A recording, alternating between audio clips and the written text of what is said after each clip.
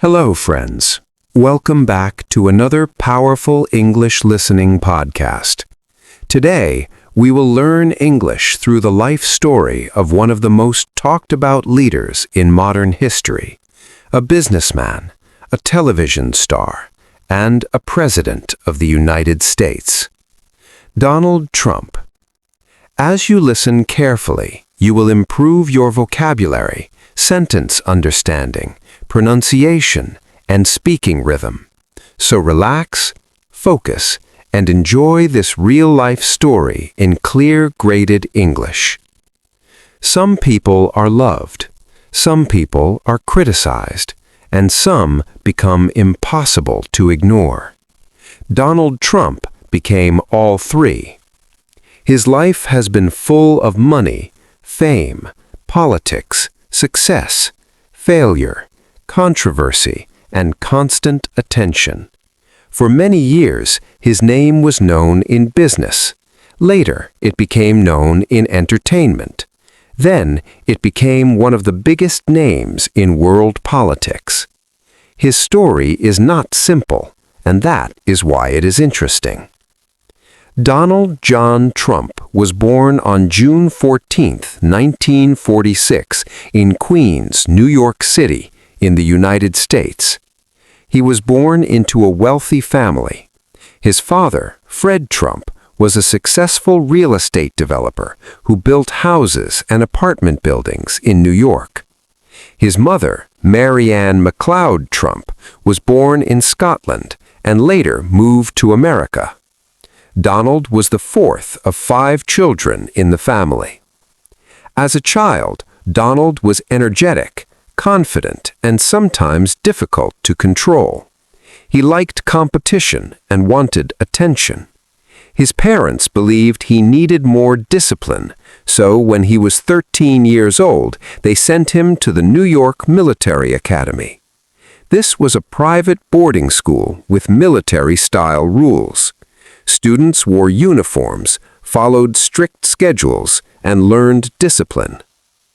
At the academy, Donald did well in sports and leadership activities. He learned how to compete and how to present himself strongly. These early years helped shape the public personality people would later see for decades. After finishing school, Trump attended Fordham University for 2 years. Then he transferred to the Wharton School at the University of Pennsylvania.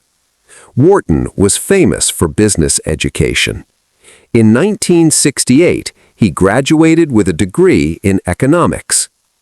After university, Trump joined his father's business company, which focused mainly on middle-class housing in Brooklyn, Queens, and Staten Island. But Donald wanted something bigger. He did not want to stay only in outer areas of New York. He wanted Manhattan, the center of money, power, and media. In the 1970s, New York City was facing serious economic problems.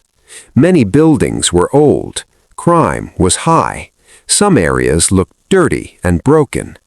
But Trump saw opportunity where others saw problems. He believed he could rebuild famous places and make money at the same time. One of his early major projects was the Commodore Hotel near Grand Central Terminal. The hotel was old and losing business. Trump worked with Hyatt Hotels to redevelop it. After renovation, it reopened in 1980 as the Grand Hyatt New York. This project gave Trump major public attention. Soon after that, he built one of his most famous buildings, Trump Tower on Fifth Avenue in Manhattan. Completed in 1983, Trump Tower became a symbol of luxury. It had shiny glass, expensive stores, offices, and a grand lobby with marble and a waterfall. It was also where Trump lived and worked for many years. During the 1980s and early 2000s, Trump became famous as a rich and bold businessman. He bought expensive properties, casinos, hotels, and even an airline shuttle service. He purchased the Plaza Hotel, one of the city's most famous hotels. He also invested heavily in Atlantic City, where he opened casinos such as Trump Plaza, Trump Castle, and the Trump Taj Mahal. Trump carefully built his public image. He spoke confidently. He liked newspaper headlines. He gave interviews often. He presented himself as a winner who thought big and lived big. Many Americans became curious about him. But success was not always smooth. In the late 1980s and early 2000s, Trump's businesses faced serious financial trouble. He had borrowed large amounts of money. When the economy slowed and casino income dropped, debt became a huge problem. Some companies connected to him went through bankruptcies and restructurings. Many people believed his career was finished, but Trump stayed visible. He negotiated with banks, sold some assets, reorganized debt, and slowly rebuilt his business reputation. He understood something important. Public attention itself had value. During the 1990s and early 2000s, Trump expanded his brand. His name appeared on buildings, products, golf courses, and many licensing deals. Sometimes he did not own the building fully, but developers paid to use the Trump name because it represented luxury and success. Then came a new chapter: television. In 2004, Trump became the host of the reality TV show The Apprentice on NBC. In the program, contestants competed in business challenges. Trump would judge them and remove losing players with the famous words, "You're fired." The show was a major success. Millions watched it. Trump became known not only as a businessman, but as a TV celebrity. A younger generation who knew little about his real estate career now knew him from entertainment. The Apprentice greatly increased his fame across America. For many years, Trump also spoke publicly about politics. He commented on trade, immigration, war, taxes, and leadership. He sometimes considered running for president, but did not do it. He supported different political candidates at different times. People were never fully sure what his next move would be. Then, in June 2015, inside Trump Tower in New York, Donald Trump announced he was running for President of the United States as a Republican candidate. Many political experts did not take him seriously at first. They believed experienced governors or senators would defeat him. But Trump used a different style. He held large rallies. He spoke directly and emotionally. He used television coverage, social media, and simple, memorable slogans. His most famous slogan was, "Make America Great Again." He criticized trade deals. He promised stronger borders. He said he would fight political insiders in Washington. Many voters felt ignored by traditional politicians and connected with his message. Trump faced many Republican opponents in the primary election, including Jeb Bush, Marco Rubio, Ted Cruz, and others. Yet one by one he defeated them. His ability to dominate news coverage helped him constantly stay in the center of attention. In 2016, he became the Republican nominee and faced Democratic candidate Hillary Clinton, a former Secretary of State and former First Lady. The campaign was intense, bitter, and historic. Both sides strongly attacked each other. Many polls predicted Clinton would win. But on election night in November 2016, Trump won enough key states to become the 45th President of the United States. It was one of the biggest political surprises in modern American history.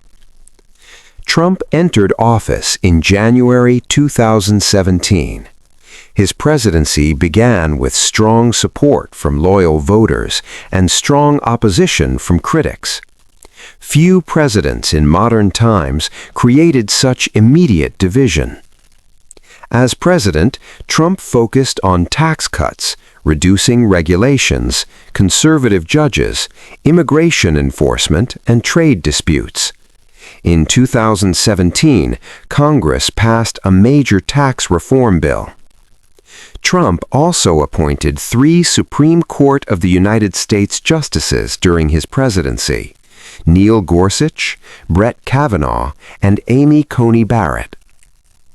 Trump often used Twitter to communicate directly with the public.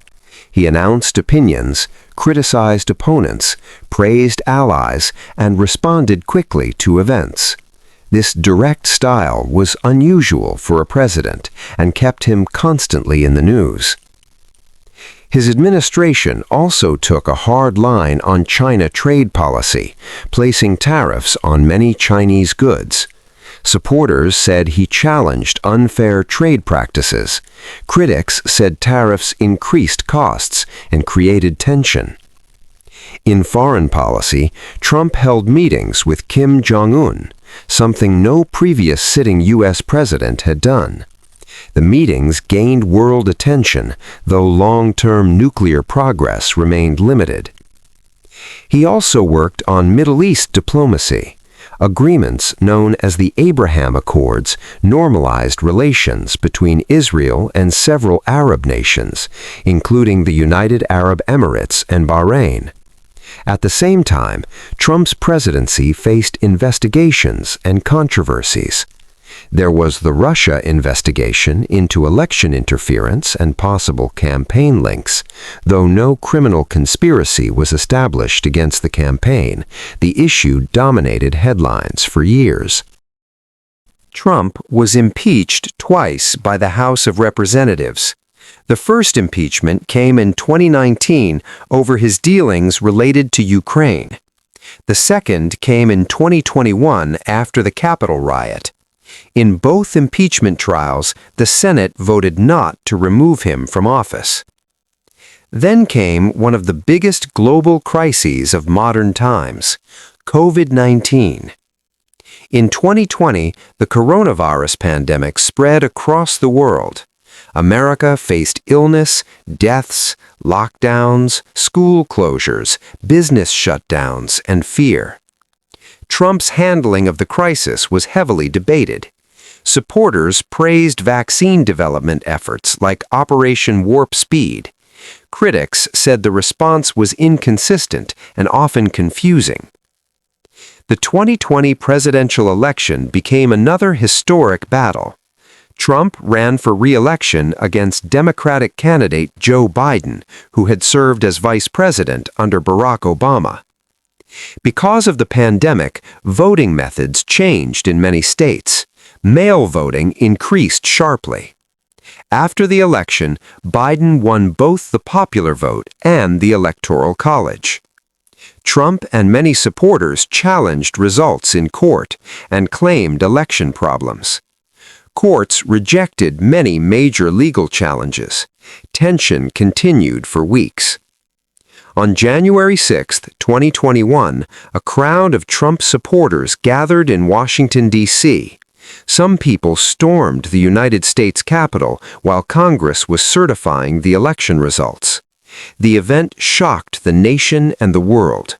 It led to deaths, injuries, arrests, and major political consequences.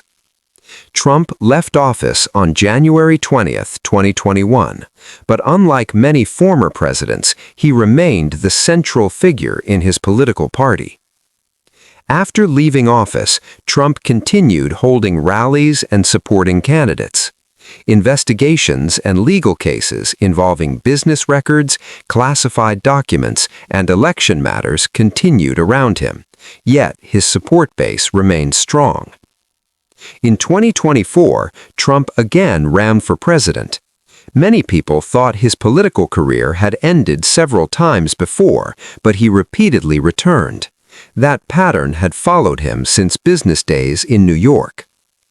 One reason Trump remained powerful was his communication style.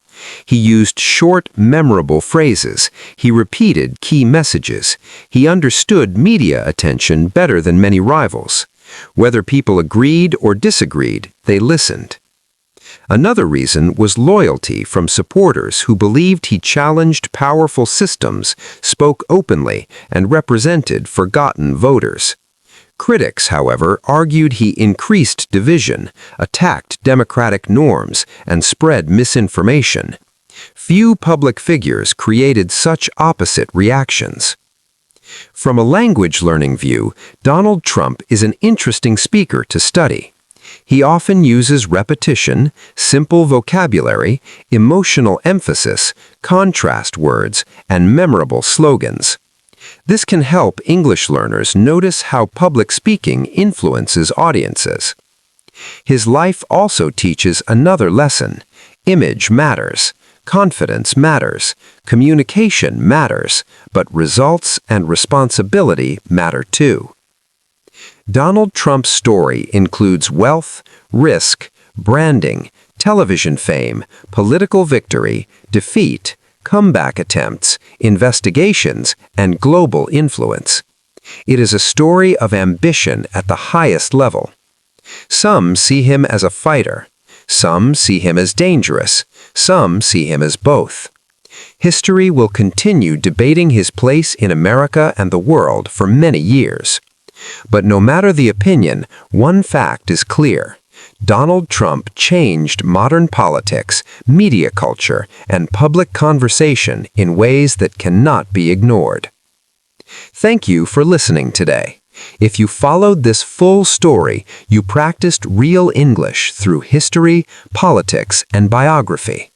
Keep listening daily, keep improving step by step, and I will see you in the next podcast episode.